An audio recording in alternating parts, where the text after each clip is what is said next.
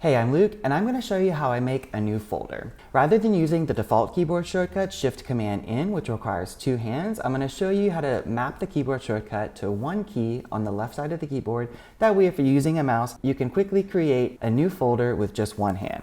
So what I'm going to do is open up System Preferences, and I'll go to Keyboard. I'll go to Shortcuts, App Shortcuts, and I already have it here, but I'll go ahead to the plus sign. Click on All Applications and go to Finder. And then the menu title will be File, New Folder.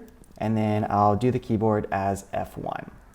And then once you have that set up, if you go to the Finder, create a new folder, you just push F1 and you can name it.